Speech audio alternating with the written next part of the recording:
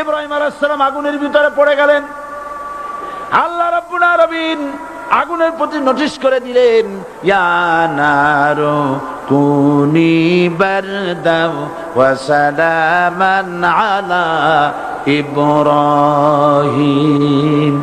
আগুন, আমার ইব্রাহিমের জন্য শান্তিদায়ক, ঠান্ডা হয়ে যা। ইব্রাহিম আলাইহিস সালাম জ্বলছেন, পুড়ে গেছেন। নমরুদ তার প্রাসাদের ছাদে বসে ইব্রাহিম আলাইহিস সালামের পোড়া দৃশ্য দেখে আনন্দ করবে, আগুনের দিকে তাকায় দেখে ইব্রাহিম আরামে বসে আছেন। পোড়া তো দূরের কথা, জামাও পরে নাই।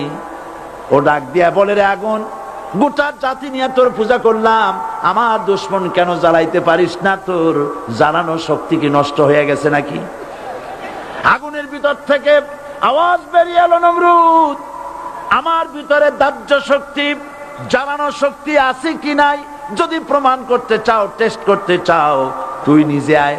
তোরে সুদ্ধা তাম দুনিয়া জ্বালাই দিতে পারি, ইব্রাহিমের এক গাছা পশম জ্বালাইতে পারি না।